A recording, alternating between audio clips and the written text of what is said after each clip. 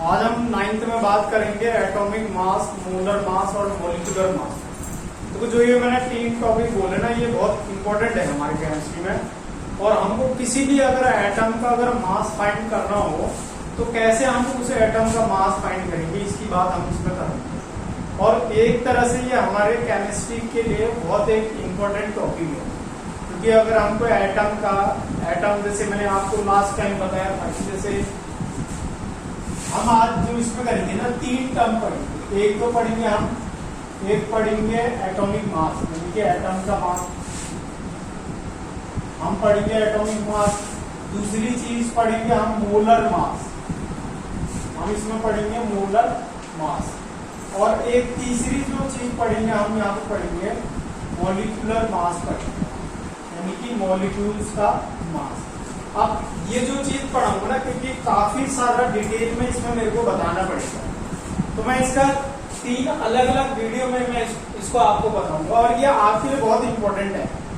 आपको अगर केमिस्ट्री का एबीसीडी सीखना है न्यूमेरिकल प्रॉब्लम के लिए, तो आपको सबसे पहले क्या पता होना चाहिए कि एटम का मास क्या होता है, मॉलिक्यूलर मास क्या होता है और मोलर मास क्या होता है। ये 3 चीज आपको अच्छी तरह से आनी चाहिए, क्योंकि अगर ये 3 चीज में आपको अगर प्रॉब्लम होगी ना, जैसे कभी कभार आप देखोगे, जैसे मैं ऑक्सीजन एटम लिया, मैं इसका मास कभी 40, मैं ऑक्सीजन का मास कभी लिखूंगा 16 U और कभी लिखूंगा 16 ग्राम। अब ये किस तरह से ले रहे हैं, तो इसके लिए हमको इसके लिए बहुत सारी डिटेल में जो है जानकारी होनी चाहिए। तो इसीलिए हमको ये कुछ इसके बारे में थोड़ा सा डिस्क्राइब मोड में हमने क्या करना है, इसके बारे में जानना है। अब ये जानने के लिए आपको क्या करना पड़ेगा कि जैसे मैं आज केवल पहले बात करूंगा, जैसे हम ना जैसे मोलर मास की बात करेंगे या एटम्स की मास। एटम मतलब एक सिंगल एटम का मास कितना होगा, और मोलर मास यानी कि जैसे 1 मोल पार्टिकल का मास कितना होगा। 1 मोल इक्वल टू, जैसे इसमें सबसे पहले देखो हमने ये चीज जानना है कि 1 मोल होता क्या है।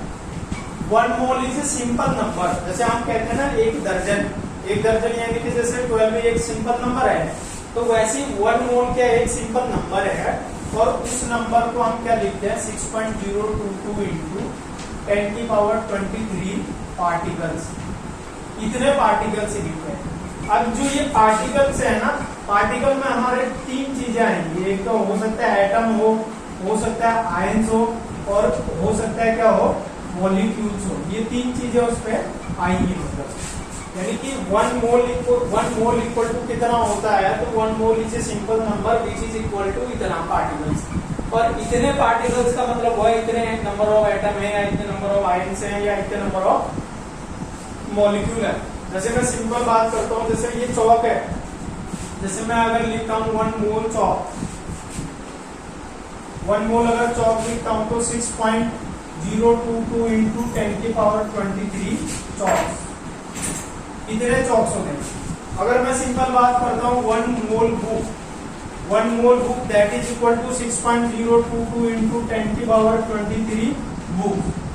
अगर मैं 1 मोल पेन कहता हूँ तो आप कहोगे 6.022 इंटू 10⁻23 पेन। तो ये एक क्या है, 1 मोल है, जिसका यूज हम इसमें करेंगे। और 1 मोल इक्वल टू इतना होता है। और जो मैंने ये नंबर लिखा है ना, इस नंबर को क्या बोलते हैं, एवोगैड्रोस नंबर बोलते हैं। इस नंबर को क्या बोलते हैं हम, एवोगाड्रोस नंबर बोलते हैं। इस नंबर को हम सिंपल क्या बोलते हैं, एवोगाड्रोस नंबर बोलते हैं। और ये इसकी वैल्यू आपको मालूम होना चाहिए, क्योंकि हम कभी भी अगर 1 मोल की बात करेंगे ना, तो समझ जाना कि आप इतने पार्टिकल्स की बात कर रहे हैं। हम जैसे मैंने कहा 1 मोल चौक, यानी कि इतने पार्टिकल ऑफ चौक की मैं बात कर रहा हूँ, उसका मास फाइंड करके तो मैं आपको दूंगा। तो 1 मोल हमारा एक तरह से कितना हो गया, इतना हो गया है। और जो ये 1 मोल है ना, that is equal to Avogadro's number. इसको कौन सा नंबर बोलेंगे, एवोगाड्रोस। और इसको क्या लिखेंगे, Na। जैसे मैं बात कर रहा हूँ 1 मोल की ना, अगर मेरे से 2 मोल कहेगा तो इसी की 2 से मल्टीप्लाई, अगर मेरे से 3 मोल्स कहते हैं तो इसी की 3 से मल्टीप्लाई। तो ये मैंने मोल्स के बारे में बताया जो मैं इसमें यूज करूंगा। तो सबसे पहले आपको ये पता होना चाहिए, ये बहुत इंपॉर्टेंट चीज है, ये आपको पता होना चाहिए कि 1 मोल किसके इक्विवेलेंट होता है, या किसके बराबर होते हैं, वो चीज आपको क्या होनी चाहिए, अच्छी तरह से जानकारी होनी चाहिए। अब मैं बात करता हूं, जैसे आज मैं इसमें केवल बात करूंगा एटॉमिक मास की, यानी कि किसी भी एक सिंगल एटम का मास कितना होता है उसकी बात करूंगा। बाकी दो मैं मिटा दे रहा हूं क्योंकि बाकी दो समझाने के लिए इसमें बहुत सारा डिटेल में मेरे को बताना पड़ेगा। मैं आज केवल एक ही के बारे में आपको डिटेल में बताऊंगा, यानी कि एटॉमिक मास की बात करूंगा मैं। एटॉमिक मास यानी कि एक सिंगल एटम का मास कितना होता है। जैसे ऑक्सीजन एटम है, कार्बन एटम है, नाइट्रोजन एटम है, ये सब क्या है, एटम है। मैंने लास्ट बहुत सारी जो लास्ट वीडियो था ना उसमें मैंने आपको एटम्स के बारे में बताया था कि एटम्स क्या होता है। तो अब मैं बात करूंगा कि एटम का मास क्या होता है, यानी कि एक सिंगल एटम का मास क्या होगा वो फाइंड करेंगे आप। जैसे हम यहाँ पे कहेंगे कि जैसे बहुत पहले टाइम ऐसा रहा होगा ना कि जैसे अगर मान लो किसी चीज का अगर मास फाइंड करना होगा तो उन्होंने किस तरह से फाइंड करा होगा।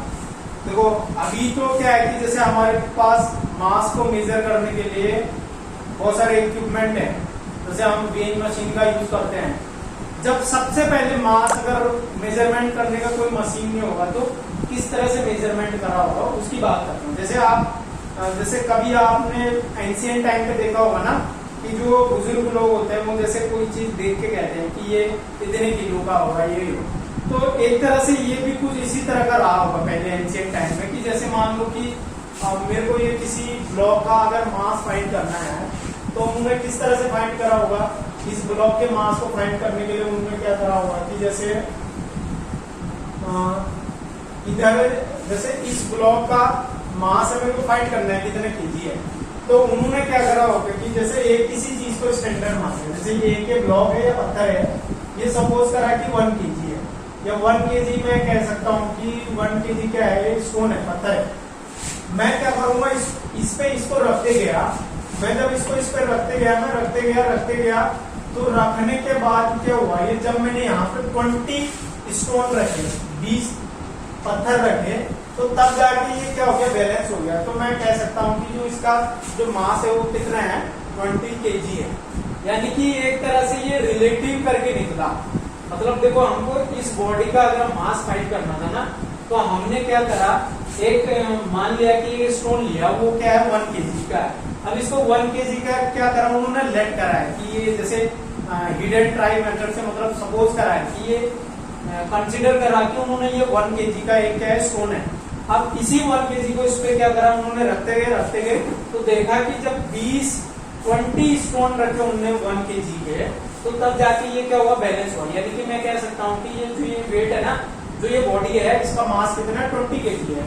अगर मैं सिंपल ऐसी बात कहूँ, जैसे मैंने मान लो कि यहाँ पे एक हाथी रख दिया, अब ये हाथी रख दिया, अब ये जैसे मैं इसको रखते गया, जब मैंने ये 200 स्टोन से रखे, 200 स्टोन, तब जाके क्या हुआ, ये बैलेंस हुआ। तो हम कह सकते हैं कि जैसे जो इस एलिफेंट का जो मास है वो कितना है, 200 kg है। बट ये क्या थे, रिलेटिव मास का कॉन्सेप्ट है। ये क्या है, रिलेटिव मास का, किसी दूसरे के उससे फाइंड करा हुआ है। अगर हम एक्चुअल में इसकी बात करेंगे तो क्या होगा, अगर जैसे मैं कहता हूं कि जैसे मैं अगर जैसे किसी भी अगर चीज का मास निकालना, तो जैसे मैंने एलिफेंट का मास निकाला, जैसे हाथी का अगर मैंने मास निकाला ना, द्रव्यमान, तो मैं क्या कह सकता हूँ, मैंने क्या कहा 200, मैंने कहा कि जैसे इसको क्या है 200 स्टोन रखने के बाद, यानी कि एक स्टोन मतलब यहाँ पे एक स्टोन कितने का है, एक स्टोन 1 kg का है, तो 200 कितने होंगे, 200 into 1 क्या है, यानी कि मैं उसको सिंपल कह सकता हूँ 200 kg। तो ये चीज क्या है ना, रिलेटिव हो गया। अगर मैं ऐसे ही मैं कहूँ, जैसे मैंने इससे पहले निकाला ब्लॉक का मास निकाला, ब्लॉक का अगर द्रव्यमान निकाला, तो उस ब्लॉक का द्रव्यमान कितना हुआ, उस ब्लॉक का द्रव्यमान हो गया, एक ब्लॉक का द्रव्यमान इनटू जितने भी रखे थे, एक ब्लॉक का द्रव्यमान क्या हुआ 1 kg, और मैंने रखे कितने 20, तो उसका मास कितना हो गया 20 kg। अब ये सब रिलेटिव है नहीं, तो मेरे को ये बार बार ना लिखना पड़े ना, तो उसी चीज के लिए एक क्या बनाया उन्होंने, स्टैंडर्ड यूनिट बनाया। अब फिर उन्होंने क्या बोला कि जैसे अब ये जैसे मैंने आपको एक नॉर्मल एग्जांपल बताया। अब जैसे मैं बात करूंगा, जैसे ऑक्सीजन एटम है, इसका अगर मास लिखने को कहूंगा तो अगर मैं इसका मास लिखूंगा तो किस तरह से लिखेंगे, तो उन्होंने क्या करा कि कार्बन का एक आइसोटोप लिया C12, इसको स्टैंडर्ड मान के, मतलब C12 यानी कि इसने कहा कि जो कार्बन का आइसोटोप है, जैसे हम बात करते हैं ना ऑक्सीजन एटम, ऑक्सीजन है, ऑक्सीजन में 8 इलेक्ट्रॉन होते हैं, 8 प्रोटॉन होते हैं, 8 प्रोटॉन होते हैं और 80 क्या होते हैं, न्यूट्रॉन भी होते हैं। इलेक्ट्रॉन का मास क्या है, बहुत कम है, तो हम इसको कंसीडर नहीं करेंगे, यानी कि इन दो को अगर हम कंसीडर करेंगे तो कितना आएगा, एक तरह से 16 आएगा। यानी कि अगर हम एक सिंगल ऑक्सीजन एटम का अगर क्या करेंगे, मास की बात करेंगे ना, तो हम क्या लिखेंगे, एक तरह से इसको 16 into 1/12 into mass of 1 carbon 12 atom. देखो ये सब ये रिलेटिव में निकाला, जैसे मैंने वहां पर 20 स्टोन लिए ना, तो सबका ऐसे करके निकाला। अगर मैं सिंपल वही बात करता हूँ, नाइट्रोजन के एक एटम का अगर मास करता हूँ, नाइट्रोजन के एक सिंगल एटम का मास करता हूँ, तो नाइट्रोजन के कितने होंगे, 40 कैसा होगा, क्योंकि इसमें 7 इलेक्ट्रॉन, 7 प्रोटॉन, 7 न्यूट्रॉन। अब 7 न्यूट्रॉन, इलेक्ट्रॉन को कंसीडर नहीं करेंगे क्योंकि इलेक्ट्रॉन का मास क्या बहुत कम होता है, मैंने आपको बताया था ये चीज। तो हम इन दो को कंसीडर करेंगे तो 16 into 1/12 into mass of a single mass of 1 carbon C atom. ये स्टैंडर्ड है, देखो इसको सबने, ये जो चीज है ना, इसी के रिलेटिव में सबका मास निकाला। जैसे मैंने 200 केजी जो हाथी का वेट निकाला ना, मास निकाला, वो कैसे निकाला मैंने, 20 स्टोन से, मतलब स्टोन रख के, मैंने 200 स्टोन रख के निकाला ना, तो 200 क्या है, एक तरह से ये है, मतलब वो ये नंबर है, मतलब एक सिंपल से ये है इसका। अब उन्होंने क्या करा ना, इस चीज को बार बार ना लिखना पड़े, तो उन्होंने क्या कहा कि इसको 1 AMU लिखते हैं, और 1 AMU कितना होता है, 1/12 into mass of 1 C12 atom. एक कार्बन एटम मतलब 1/12 of mass of 1 carbon C12 atom. एक कार्बन एटम का मास की बात करी उन्होंने, 1 AMU इसके इक्विवेलेंट होता था। और जब बाद में उन्होंने कैलकुलेट करा तो 1 AMU इज इक्वल टू कितना हो गया, 1.66 इंटू 10⁻24 ग्राम होता है। ये कैसे प्रूव होगा मैं आपको बता दूंगा, आपको ये चीज ध्यान रखना है कि 1 AMU इज इक्वल टू इतने ग्राम, या 1 AMU किसके इक्विवेलेंट होता है, तो 1 AMU इक्वल टू क्या होता है, 1/12 into mass of 1 carbon C12 atom. ठीक है, इतनी बात करेंगे हम इसमें। अब देखो हम इस चीज को प्रूव करते हैं कि 1 AMU इज इक्वल टू इतना कैसे हुआ। मैं इसमें ये चीज प्रूव करूंगा और इसी से आप एटॉमिक मास फाइंड करोगे। 1 AMU इज इक्वल टू इतने ग्राम कैसे आया, देखो हमारा, देखो हम देखेंगे ना, तो होता है क्या है कि जैसे देखो मास स्पेक्ट्रोमीटर आया, जैसे मास स्पेक्ट्रोमीटर, इससे मतलब किसी एटम का मास क्या करा उन्होंने फाइंड करा। जैसे हम नॉर्मली वेइंग मशीन यूज करते हैं ना, जिससे हम किसी भी चीज को मेजरमेंट कर सकते हैं कि ये इतने किलो का है या इतने किलो का है। तो जब बाद में मास स्पेक्ट्रोमीटर आया ना, तो उन्होंने जब मास स्पेक्ट्रोमीटर आया तो उन्होंने फाइंड करा कि 1 AMU का जो, जैसे 1 AMU मतलब mass of a single atom, किसी भी एक एटम का जो मास होता है, उन्होंने बोला कि जैसे मैं अगर एक कार्बन अगर एटम की बात करूं तो उसके एक एटम का जो मास होता है, सिंगल एटम का मास, एक सिंगल एटम का जो मास होता है वो कितना होता है, उन्होंने 1.99 इंटू 10⁻⁻23 ग्राम। ये उन्होंने मेजरमेंट करा होगा। जैसे मैं कोई चीज आपको दिया, आपने मेजरमेंट करा, तो उसका एक सिंगल एटम का अगर मास की बात करूंगा मैं, ये किसका मेजरमेंट करा उन्होंने, C12 कार्बन 12 का। अब देखो, अब 1 AMU क्या होता है, 1 AMU इज इक्वल टू क्या होता है, 1/12 into mass of 1 carbon 12 atom. देखो ये जो चीज है ना, वो पूरा ये चीज है, मतलब मास ऑफ 1 कार्बन 12 एटम कितना होता है, जब उन्होंने मास स्पेक्ट्रोमीटर से निकाला, मास ऑफ 1 C12 एटम किसके बराबर आया, इसके बराबर आया। अब देखो 1 AMU में रखो, 1 AMU क्या है, 1/12 into mass of 1 C12 atom, और मास ऑफ 1 C12 एटम कितना है बताओ यहाँ से, 1.99 इंटू 10⁻23 ग्राम।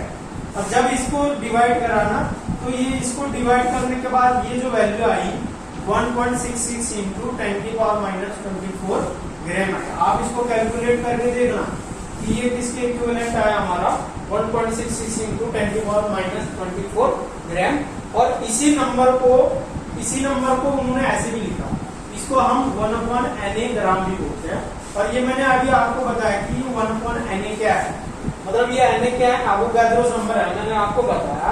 तो हमारा यहाँ से क्या प्रूफ हुआ कि 1 AMU इज इक्वल टू कितने ग्राम होता है, इतने, या 1 AMU इज इक्वल टू कितना होता है, 1/Na ग्राम होता है।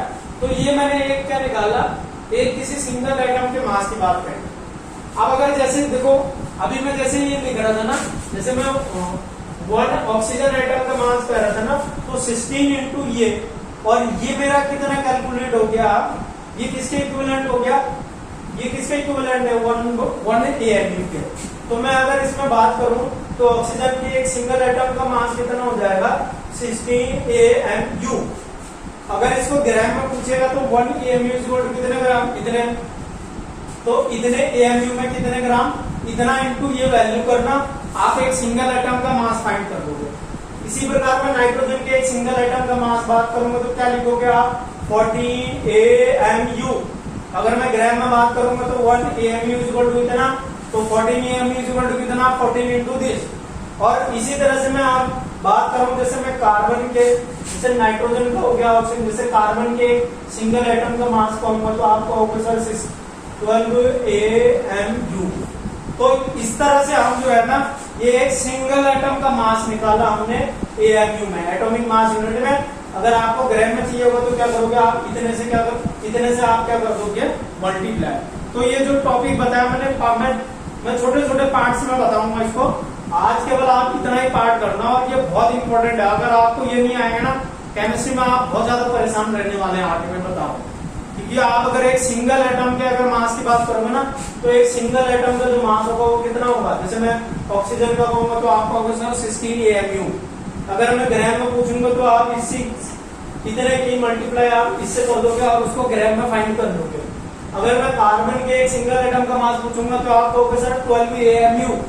अगर मैं इसको ग्राम में पूछूंगा तो 12 इंटू 1.66 इंटू 10⁻24 ग्राम, या 1/Na ग्राम। तो ये एक इम्पोर्टेंट टॉपिक है, आप इसको घर पे करना। इस पे देखो, इसको बताने में जो है बहुत मेहनत लगी है, इसलिए आप इसको कोशिश करना सीखने की। अगर नहीं आता आप इसको फिर से मेरे से भेजना, मैं इसका सॉल्यूशन करूंगा। आज की वीडियो के लिए इतना ही।